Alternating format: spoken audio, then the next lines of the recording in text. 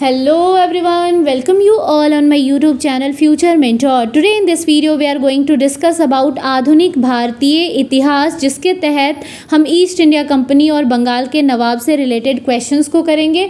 ये हमारा MCQ part 2 है, जिसमें हम ईस्ट इंडिया कंपनी और बंगाल के नवाब से रिलेटेड क्वेश्चंस को देखने वाले हैं। तो आइए हम देखते हैं क्वेश्चंस को।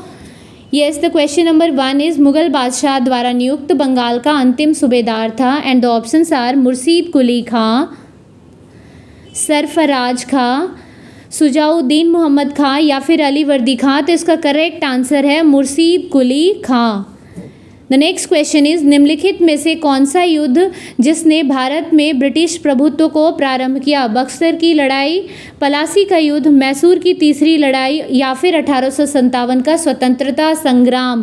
क्वेश्चन पे आप फोकस करेंगे। क्वेश्चन में क्या पूछा गया आपसे? भारत में ब्रिटिश प्रभुत्व को प्रारंभ किया। ठीक है, तो इसमें क्या आंसर आएगा सही? पलासी का युद्ध। इस वर्ड पे फोकस करना है क्योंकि आगे हम क्वेश्चंस देखने वाले हैं जिससे आप कंफ्यूज हो जाओगे। नेक्स्ट इज इंग्लैंड की ईस्ट इंडिया कंपनी की भारत में प्रथम निर्णायक सैन्य सफलता थी। आप सभी को पता होगा कि अंग्रेज जो है वो हमसे किसी भी लड़ाई में जीत जा रहे थे, विजय प्राप्त कर रहे थे, उसके पीछे सबसे बड़ा रीज़न क्या था? उनका सैन्य शक्ति जो था वो काफ़ी मजबूत था। ठीक है, उनके पास काफ़ी सारे हथियार थे। तो ऐसा कौन सा युद्ध था जिसकी वजह से उनकी जो है क्या सैन्य सफलता मानी जाती है? प्रथम सैन्य सफलता मानी जाती है बक्सर का युद्ध, पलासी का युद्ध, पानीपत का युद्ध या फिर हल्दी घाटी का युद्ध। तो सही आंसर है पलासी का युद्ध, जो कि 1757 में हुआ था। और कहाँ हुआ था? पलासी में। पलासी जो जगह है वो कहाँ है? वेस्ट बंगाल में है।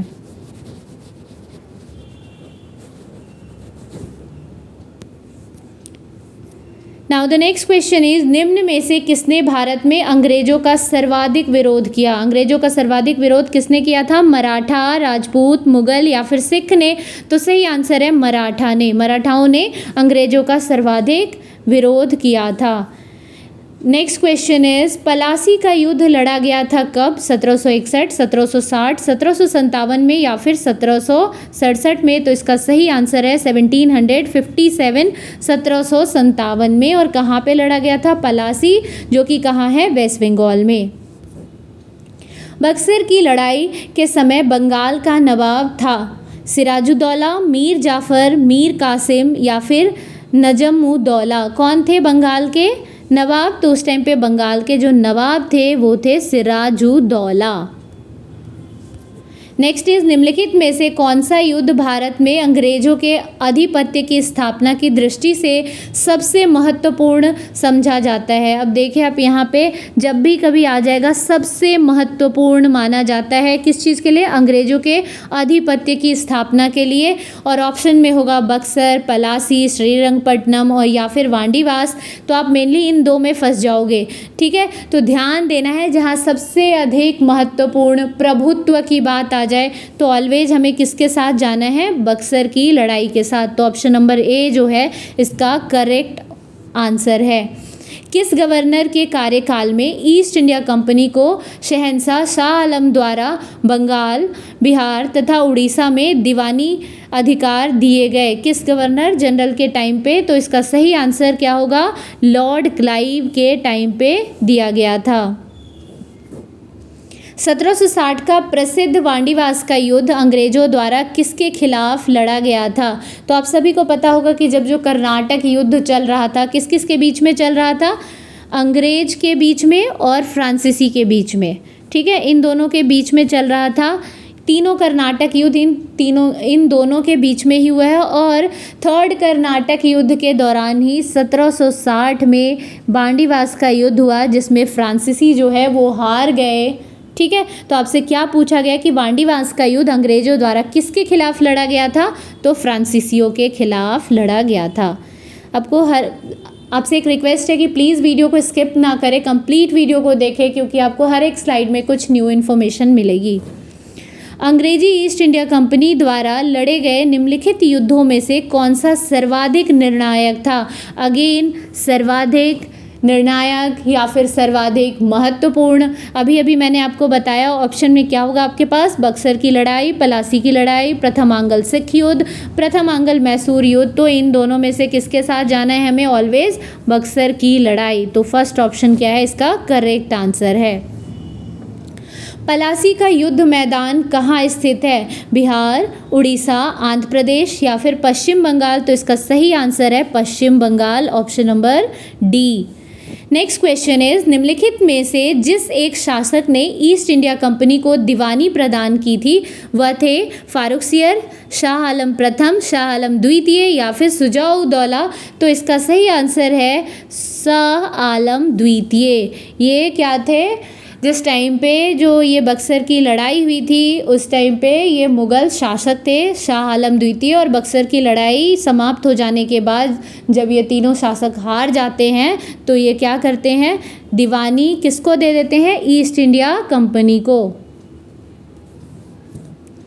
1765 में दीवानी प्रदान किए जाने के बाद ब्रिटिश सबसे पहले निम्नलिखित में से किस पर्वतीय जनजाति के संपर्क में आए? 1765 में उनको दीवानी प्राप्त हुई, ठीक है, किसके द्वारा? तो शाह आलम द्वितीय के द्वारा प्राप्त हुई थी। और उसके बाद वे कौन से पर्वतीय जनजाति के संपर्क में आए थे? तो इसका सही आंसर है खासी जनजाति के संपर्क में आए थे। तो ऑप्शन नंबर सी जो है इसका करेक्ट आंसर है। Now the next question is, Sirajuddaulah lord Clive द्वारा किस युद्ध में परास्त हुआ था? पलासी, बक्सर, मुंगेर या फिर वांडीवास? तो इसका सही आंसर है पलासी।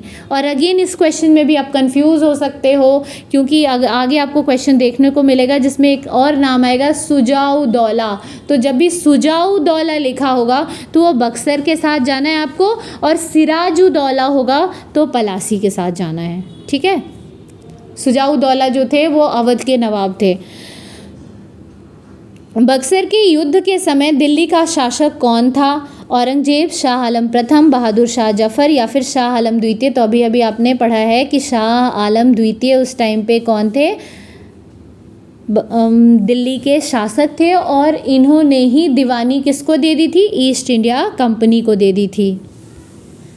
इलाहाबाद की संधि के बाद रॉबर्ट क्लाइव ने मुर्शिदाबाद का उप दीवान किसे बनाया था? मोहम्मद रजा खान, शिताब राय, राय दुर्लभ या फिर सैयद गुलाम हुसैन? तो इसका सही आंसर है मोहम्मद रजा खान।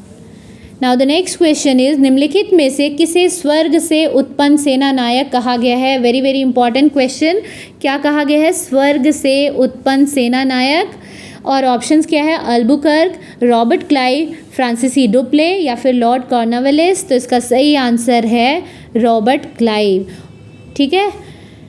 और इससे प्रीवियस वीडियो में हमने अल्बुकर्क के बारे में भी डिस्कस किया था। तो अल्बुकर्क कौन थे?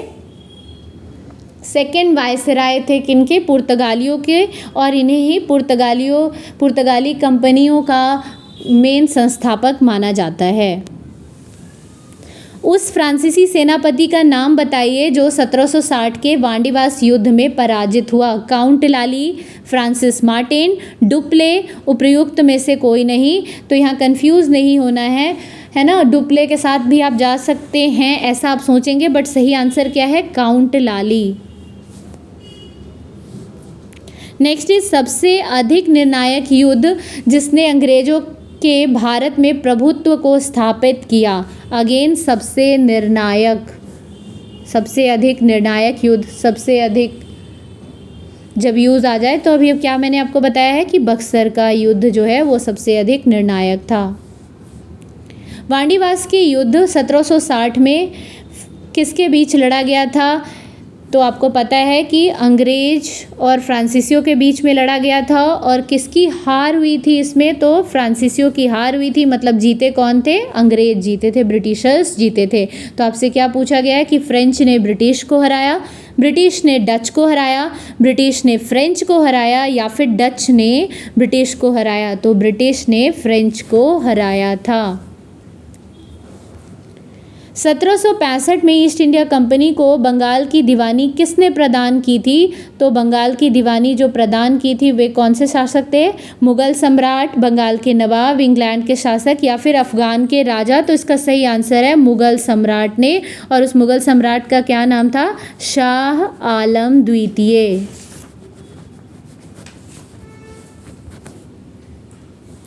Now the next question is, Bharatvarsh में ब्रिटिश साम्राज्य का संस्थापक कौन था?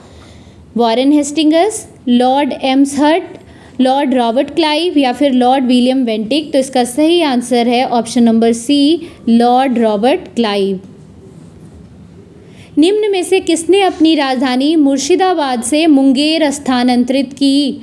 ठीक है, तो ऑप्शंस आर अली वर्दी खां, मीर जाफ़र, सिराजुद्दौला या फिर मीर कासिम। ठीक है, तो इसका सही आंसर है मीर कासिम। मीर कासिम ने क्या किया था? अपनी राजधानी मुर्शिदाबाद से कहाँ स्थानांतरित की थी? मुंगेर। तो ये थे कुछ क्वेश्चंस जो कि इस टॉपिक से रिलेटेड थे। आई होप सो आप सभी को वीडियो पसंद आया होगा। अगर वीडियो पसंद आया तो प्लीज़ वीडियो को लाइक करें एंड चैनल को सब्सक्राइब करें और ज़्यादा से ज़्यादा लोगों के साथ वीडियो को शेयर करें सो डैट मैक्सिमम लोगों को इस वीडियो के थ्रू बेनिफिट मिल पाए। Thanks for watching this video. Thank you all. And one more thing, मैं आप सभी से रिक्वेस्ट करना चाहूँगी कि अगर आपको लगता है वीडियो में किसी भी प्रकार की कमी है तो आप मुझे कॉमेंट में बता सकते हो। Thanks for watching.